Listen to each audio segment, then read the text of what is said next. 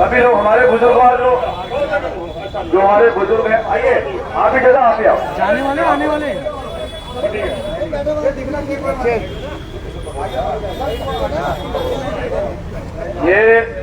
ये जो पोस्टर है, मैं ये भी बता देना चाह रहा था कि आप अगर देखेंगे तो कितना बड़ा विरोधाभास है।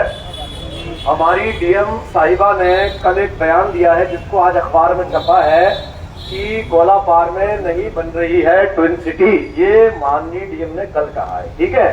उससे पहले बनाया गोलापार में बनेगी ट्विन सिटी। ये आनंद वर्धन जी कहते हैं कि गोलापार में बनेगी ट्विन सिटी, जो कि राज्य के सचिव है, जो कि जो कि राज्य सरकार में बैठते हैं देहरादून के अंदर। डीएम साहिबा नैनीताल जिले की डीएम है, वो कल देती है बयान कि कोई ट्विन सिटी नहीं बनेगी। तो हम बस यही पूछना चाहते हैं, इस जो हमारा पोस्टर पीछे लगा है कि पीछे दिखाया आपने सच्चा कौन है, तो हाँ तो आगे ले आइए।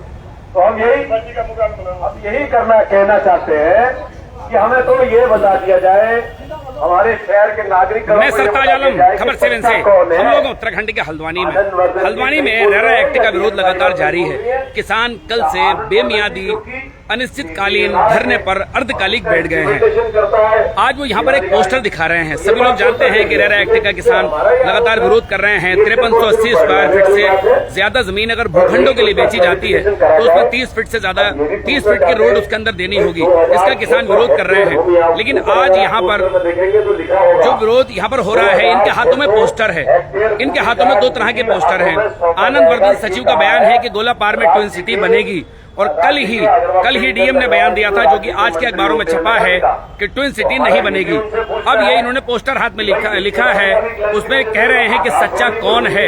ये मैं आपको 2 तरह की चीजें भी आपको दिखाऊंगा और आप ये देख सकते हैं यहाँ पर। और नहीं हमें सपने हुए थे, या बलजीत सिंह को सपने हुए थे, या अर्जुन को, या फिर राम सिंह को, किसी को सपना हुआ था। अरे भाई जब तुमने कहा है तभी तो ये बात सामने आई है। अब तुम आप सिर्फ ये कह दे रहे हो, तो आप इसका क्लैरिफिकेशन दे दो कि आनंद वर्धन जी जो बोल रहे हैं वो सच है या जो डीएम बोल रही है वो सच है। इसलिए ये पोस्टर हमने सामने रखा है कि सच्चा कौन है। जय जवान बोल किसान हल्ला बोल, बोल किसान हल्ला बोल, रेरा ट्विन सिटी पर हल्ला बोल, रेरा ट्विन सिटी पर हल्ला बोल, राजगिरी पर हल्ला बोल, बोल किसान हल्ला बोल।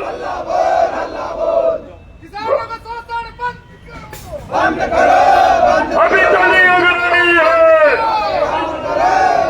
ये गुंडागर्दी नहीं चलेगी, नहीं चलेगी, नहीं चलेगी, किसानों का शोषण नहीं चलेगा, नहीं चलेगा, नहीं चलेगा। शोषण होश में आओ, होश में आओ, होश में आओ। प्राधिकरण की तानाशाही नहीं चलेगी, नहीं चलेगी, नहीं चलेगी, प्राधिकरण की गुंडागर्दी नहीं चलेगी, नहीं चलेगी, नहीं चलेगी। किसानों का पीड़न बंद करो, आनंद वर्धन सरकार डीएम बंद करो। सच्चा कौन?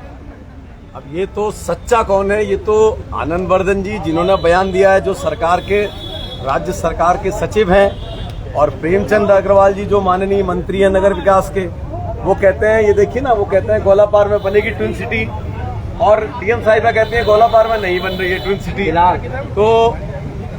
तो ये तो विषय उनसे पूछा जाना चाहिए कि ये विरोधाभास अगर सरकार के 2 बड़े अधिकारियों के बीच में है तो उससे हमारा क्या लेना देना है। हमें सच्चाई बताई जाए ना। दूसरी बात ये भी है, देखिए कि 2662 ये देखिए 2662 हेक्टेयर में बनेगी ट्विन सिटी। भाई जब 2662 का जो आंकड़ा है, ना तो बलजीत को सपने आए, ना ये राम सिंह को आए, ना ये अर्जुन को आए। भाई सीधी बात है, हमारे को सपने तो नहीं आए थे, आकाशवाणी तो हुई नहीं थी। ये कहीं ना कहीं से ये तो बात उठी है ना। अब इस पर आप यूं ही सिर्फ कह देना कि नहीं बनेगी, इसका क्लैरिफिकेशन देना चाहिए, अधिकारी गणों को क्लैरिफिकेशन देना चाहिए और इस बात को स्वीकार करना चाहिए। डीएम साहिबा नई है, हो सकता है कि पुराने उन्होंने इस बात को स्वीकार किया कि पहले ये गया था, पहले ये प्रपोजल गया था, तो अब ये उनको ये भी बताना चाहिए ये प्रपोजल गया था, तो क्या ये प्रपोजल कैंसिल हो गया या नहीं। आपकी लेकिन फिलहाल अभी आपकी विषय में नहीं, हमारी डीएम साहिबा से अभी कोई बात नहीं। लेकिन फिलहाल तो अभी उनकी सफाई एक तरह से आई है, और जो पिछला बयान था वो कट ही गया इस बात से कि जो उन्होंने डीएम ने कल दिया कहा है कि नहीं बनेगी, जिससे मान लिया जाना चाहिए कि अब एक आईएएस का बयान फिलहाल ताजा बयान है। नहीं, देखिए डीएम साहिबा जो हैं वो जिले की मालिक होती हैं और उनको जो निर्देश आते हैं वो आते हैं राज्य सरकार से। तो जाहिर सी बात है कि आनंद वर्धन जी का जो स्टेटमेंट है, जो उन्होंने दिया है कि गौलापार में बनेगी ट्विन सिटी और 2600 हेक्टेयर भूमि की बात उन्होंने करी है साफ साफ, तो ये तो साफ दर्शाता है कि डीएम साहिबा जो बोल रही हैं वो उन्होंने जो फिलहाल शब्द कहा है उस फिलहाल शब्द से ही इस पूरे जो गुणा गणित है वो सब समझ में आ जाता है कि निजी ये गुमराह करने का जो तरीका है ये बहुत बहुत पुराना है। और हम सब इत्तेफाक से बलजीत भले ही किसान हो सकता है लेकिन पढ़ा लिखा किसान है। ऐसे ही हमारे सब लोग जो इतने युवा हैं, बेरोजगार हैं, यहाँ सिर्फ किसान ही नहीं है, यहाँ युवा भी हैं, यहाँ बेरोजगार भी हैं, यहाँ पर हमारे समर्थन को देने वाले कर्मचारी संघ के नेता भी हैं, व्यापार मंडल के भी लोग हैं। वो सब इस बात को समझ रहे हैं कि दाल में जरूर कुछ काला है। हमारी इन शंकाओं का समाधान नहीं होगा तो उठेंगे नहीं हम यहाँ से। प्राधिकरण अपनी मनमर्जी पे लाख कह ले, लाख सफाई दे ले, रिटर्न में दे किसी चीज को, कब होगी बात। लगातार महापंचायत का भी सुनने में आ रहा है कि महापंचायत भी आप कर सकते हैं। नहीं, बिल्कुल महापंचायत होगी, बिल्कुल होगी महापंचायत। हम सब लोगों को धीरे धीरे इकट्ठा कर रहे हैं। हमारा तो रोज लंगर चल रहा है। मैं अपने किसान भाइयों को, हमारे व्यापारी भाइयों को, हमारे जो लोग इसमें सहयोग कर रहे हैं उन सबको हम कह रहे हैं आप किसान को इतना गया बीता ना समझिए। हम में से हर कोई किसान है, मेरे पास भी इतनी भूमि है कि मैं किसान की श्रेणी में आऊं, लेकिन मैं बिजनेस भी कर रहा हूं। ऐसा नहीं है कि मैं सिर्फ किसान हूं, मैं अपना बिजनेस भी कर रहा हूं। मुझे जो गुस्सा है, जो नाराजगी है, विशेष तौर पर अधिकारियों के ऐसे आचरण से भी है। जहां अधिकारी किसी भी बात को बहुत, उनसे कोई भी प्रश्न पूछा जाए, अरे ये तो फला फला डीलर हैं, अरे फला फला ये हैं। कोई चोरी उचक्की कर करके ये लोग अगर कोई अपना परिवार को पाल रहे हैं या चोर उचक्का करके परिवार को पाल रहे हैं, तो ये बजाय कोई सही बात को करने के गलत तरीके से मिस इंटरप्रेट करा जा रहा है जिस चीज का, उस चीज का ये विरोध है और बहुत लंबा चलेगा। शहर के हर व्यक्ति को जोड़ेंगे हम इस चीज से, आप देखते जाइए आने वाले दिनों में। और महापंचायत भी व्यवस्था इस तरह का माहौल बनाती है कि किसान उसी तरह से मेले कुचेले कपड़ों में रहे, अच्छे कपड़े ना पहने, अच्छा घर न बनाए, इस तरह का व्यवस्था माहौल बनाती है। और इस तरह फिर ये कल से आप लगातार बैठे हैं तो लगातार हम पोर्टल्स पर देख रहे हैं, लगातार कई जगहों पर छप भी रहा है कि प्रॉपर्टी डीलर बैठे हैं और किसान भी बैठे हैं, मतलब इस तरह की चीजें आ रही हैं। जी, ये जो बीत गया वो दौर कुछ और था, जो आ रहा है वो दौर कुछ और है। ये चाहते हैं किसान फटे पुराने कपड़े हो, फटी उसकी धोती हो, उसके पैर में चप्पल ना हो। वो जमाने चले गए, वो जमाने लग गए। ये अधिकारियों को कपड़े जूते पहनने आते हैं, सब किसानों को पहनने आते हैं। आज किसान जागरूक है, सक्षम है, ईश्वर का दिया हुआ सब कुछ है। लंगर भी चलेगा, किसानों की ओर से अपने घर से राशन लेके आए हैं और लंगर की पूरी व्यवस्था है और गुरु का लंगर चलेगा लगातार।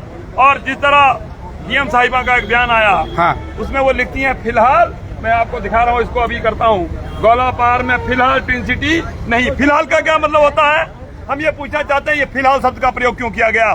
2 शब्दों में जवाब दीजिए। नहीं बनेगी ट्विन सिटी। जो प्रपोजल था उसको वापस लिया जाए, उसको निरस्त किया जाए। जैसे डोईवाला ने मैं आपने प्रपोजल बनाया, प्रस्ताव बनाया, किसानों का विरोध हुआ, आपने वापस लिया, उसी तरह गौलापार की भी ट्विन सिटी को आप वापस लेने का काम कीजिए। 1 नंबर।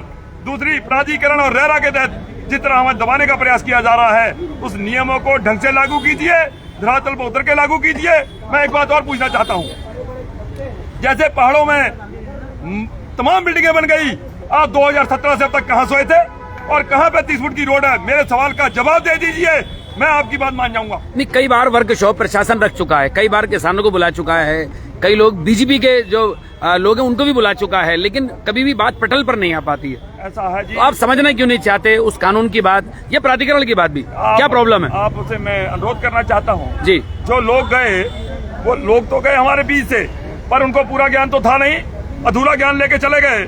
कभी कहते हो 6 महीने का समय बढ़ा दो, कभी कहते हैं साल भर का समय बढ़ा दो। अरे किसान कहाँ जा रहा अपनी जमीन को छोड़ के? जो 6 महीने और साल भर से हमारा काम चलेगा, वो हमारे पास आते, हमसे सुझाव लेते, हम उन्हें अच्छे सुझाव देते, किस तरह जाके बात करनी है। एक बार तो आप लोग भी थे जब प्राधिकरण और सब लोगों की बात हुई, एक बार तो आप लोग भी थे और काफी गर्मा गर्म बहस हुई थी। जब हम लोग थे जितने हमने सवाल पूछे, प्राधिकरण के सचिव महोदय हैं हमारे सम्मानित हैं पंकज उपाध्याय जी, वो बैठे थे, उन्होंने हमारे सवालों का उत्तर उनको नहीं देना आया। मीडिया भी वहीं मौजूद थी, अगर हमारे सवालों का जवाब दे देते, हमें संतुष्ट कर देते, वो लचीलापन अपना लेते, तो हम यह आंदोलन को आगे नहीं बढ़ाते। ये कहीं ना कहीं ये रुख जो है ढीला रुख और किसानों को कहीं ना कहीं दबाने का, कुचलने का जो प्रयास किया गया, इसलिए किसान को उतर के रोडों में आना पड़ा। सारे देश में रेरा एक्ट लागू है, आप लोग क्यों नहीं मान रहे हैं? सारे देश में रेरा एक्ट लागू है भौगोलिक परिस्थितियों के हिसाब से। जी। जिस हिसाब से रेरा एक्ट लागू होना चाहिए था, इसको 3 भागों में बांटा जाना चाहिए था। नंबर 1 पर्वतीय, दूसरा भावरी, तीसरा मैदानी, 3 भागों में रेरा एक्ट को बांटा जाना चाहिए था। आपने उठाए भैंसों की तरह हाँक दिया एक तरफ से। मतलब बिना स्थलीय निरीक्षण किए सीधे कानून लागू कर दिया। पहाड़ में मैं पूछना चाहता हूँ, कोई भी अधिकारी मेरे साथ बैठ के डिबेट कर दे, पहाड़ में रेरा एक्ट जो नियम आज आया है, इसको कैसे लागू करके दिखा देगा, धरातल में बता दे। जो कहेंगे हम वो करने को तैयार हो जाएंगे। मैं ये कहना चाहता हूँ, पहाड़ में रेरा एक्ट लागू हो ही नहीं सकता, है ही नहीं। जाने वाली रोड नहीं है, नालियों में खेत है, वहाँ नालियों में खेत है, चीरों में खेत है, कैसे बन जाएगी रोड? इसीलिए हल्द्वानी और रामनगर का चयन किया मेरे ख्याल से, क्योंकि जो पहाड़ों के अंदर मुमकिन नहीं है, भवाली, भीमताल, नैनीताल। शरारत नजर आती है, हमें शरारत नजर आती है इस बात की, क्योंकि हल्द्वानी को आपने चयन करा, क्यों करा?